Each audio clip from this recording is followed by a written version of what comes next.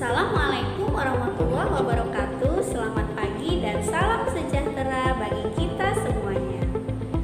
Halo anak Miss, apa kabarnya hari ini? Semoga kalian semua dalam keadaan sehat ya. Nah, tetap semangat dan tetap jaga kesehatan.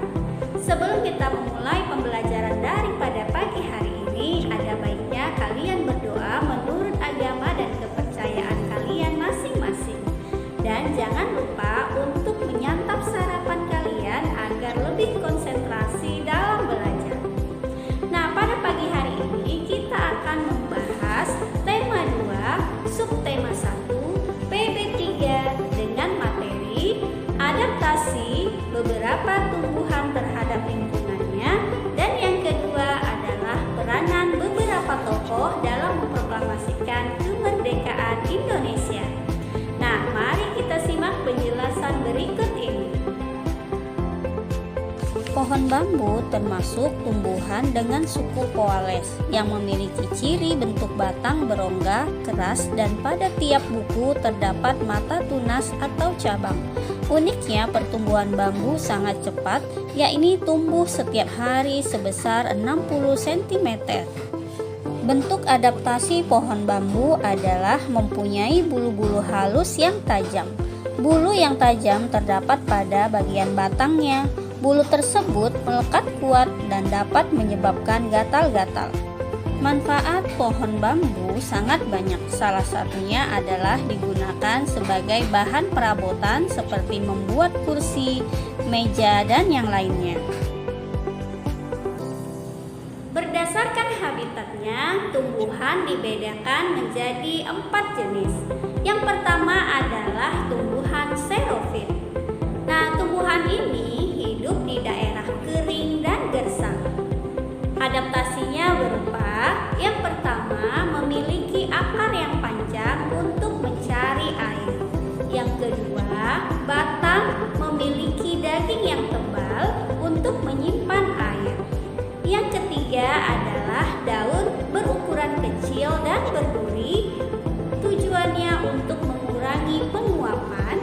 Nah, selanjutnya kulit dilapisi oleh lapisan lilin, gunanya untuk mengurangi penguapan. Contoh tumbuhan yang hidup di daerah kering dan gersang adalah pohon kaktus. Nah, yang kedua adalah hidrofit. Hidrofit adalah tumbuhan yang hidup di daerah yang berair. Contohnya saja adalah eceng gondok dan teratai. Nah, apa ya ciri-ciri eceng gondok? Yang pertama adalah daun yang lebar dan tipis, gunanya untuk mempercepat penguapan. Batangnya memiliki rongga dan biasanya menggembung karena ada jaringan gabus di dalamnya. Nah, gunanya adalah untuk menyimpan oksigen di dalamnya dan agar dapat mengapung di atas air.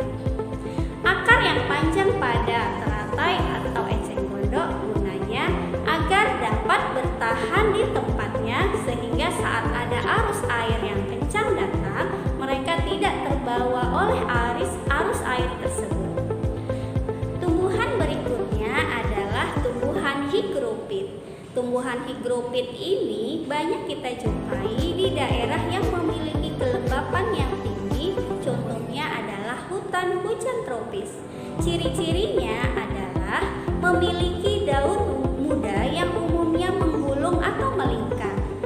Nah, berikutnya adalah batang yang tidak kelihatan karena berada di dalam tanah. Ciri berikutnya adalah memiliki banyak stomata pada bagian tubuhnya, gunanya untuk mempercepat penguapan. Daun yang lebar dan tipis juga berguna untuk mempercepat penguapan.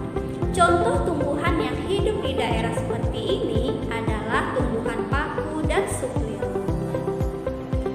Tumbuhan berikutnya adalah tumbuhan halofit. Halofit adalah tumbuhan yang hidup di daerah yang memiliki kadar garam yang tinggi. Contohnya adalah tanaman bakau atau mangrove.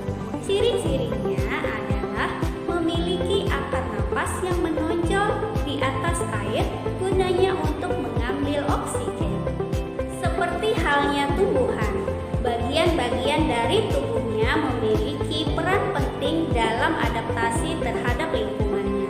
Nah, begitu juga dengan para tokoh-tokoh pejuang untuk memproklamasikan kemerdekaan. Berikut ini beberapa contoh tokoh pejuang yang memiliki peranan penting pada saat memproklamasikan kemerdekaan Indonesia. Siapa saja mereka? Nah, simak penjelasan berikut ini. Anak Miss semua, hari ini kita akan belajar PB3 peranan tokoh pejuang proklamasi kemerdekaan negara Republik Indonesia. Yang pertama adalah Insinyur Soekarno.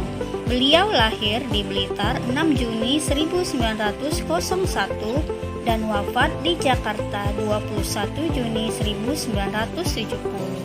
Peranan beliau adalah 1. Menyusun teks proklamasi bersama Dr. Andes Muhammad Hatta dan juga Ahmad Subarjo. 2. Menandatangani teks proklamasi. Dan yang ketiga, membacakan teks proklamasi. Keempat, beliau juga berjasa membangun negara Republik Indonesia sebagai negara yang berdaulat. Tokoh kedua adalah Dr. Andes Haji Muhammad Hatta. Lahir di Bukit Tinggi pada tanggal 12 Agustus 1902. Wafat di Jakarta 14 Maret 1980. Peranan beliau adalah yang pertama, menyusun konsep teks proklamasi bersama Insinyur Soekarno dan juga Ahmad Subarjo. Yang kedua, menandatangani teks proklamasi. 3. Wakil Presiden pertama Republik Indonesia. Dan yang keempat, beliau dijuluki sebagai Bapak Koperasi Indonesia. Berikutnya adalah Profesor Ahmad Subarjo. Lahir di Kerawang pada tanggal 23 Maret 1896. Wafat pada tanggal 15 Desember 1978. Peranan beliau adalah Menteri Luar Negeri pertama Republik Indonesia dan juga bersama Insinyur Soekarno dan Dr. Andes Haji Muhammad Hatta menyusun konsep teks proklamasi kemerdekaan Republik Indonesia. Tokoh berikutnya adalah Laksamana Tadashi Maeda. Beliau memiliki jabatan sebagai perwira tinggi Angkatan Laut Jepang. Peranan beliau adalah membantu presiden dalam menyusun konsep teks proklamasi dengan meminjamkan rumahnya untuk berkumpulnya para tokoh nasional. Berikutnya adalah Sukarni Kartodiwiryo. Lahir di Blitar pada tanggal 14 Juli 1916, wafat di Jakarta 7 Mei 1971. Peran beliau adalah mengusulkan agar yang menandatangani teks proklamasi adalah Bung Karno dan Bung Hatta. Nah, berikutnya adalah Ibu Fatmawati. Lahir di Bengkulu pada tahun 1923 dan wafat di Jakarta pada tahun 1980. Peranan beliau adalah menjahit bendera pusaka Sangsaka Merah Putih. Beliau adalah istri dari Presiden kita, Insinyur Soekarno. Berikutnya adalah Sayuti Melik. Peranan beliau adalah mengetik naskah proklamasi kemerdekaan Indonesia. Nah, anak Miss semua, setelah mendengarkan penjelasan dari Miss tadi, maka dapat kita simpulkan bahwa yang pertama adalah setiap tumbuhan beradaptasi terhadap lingkungannya untuk mempertahankan hidup. Yang kedua, berdasarkan habitatnya, tumbuhan dibagi menjadi 4 jenis, yaitu 1. Xerofit, 2. Hidrofit, ketiga higrofit, dan yang keempat halofit. Kesimpulan yang ketiga adalah setiap warga negara Indonesia memiliki peranan penting untuk memajukan negara ini.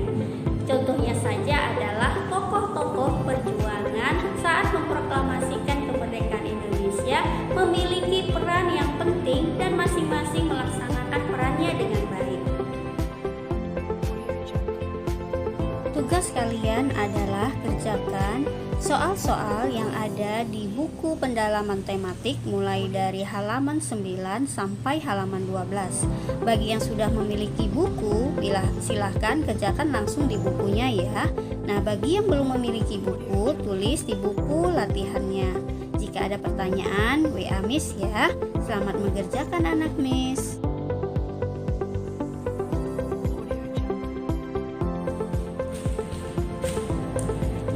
Miss semua, bagaimana pembelajaran hari ini? Menarik bukan? Nah, demikianlah pembelajaran hari ini. Terima kasih anak Miss atas partisipasi dan kerjasama dari kalian. Semoga ilmu yang kalian dapat hari ini dapat bermanfaat dan juga dapat kamu pahami dengan baik.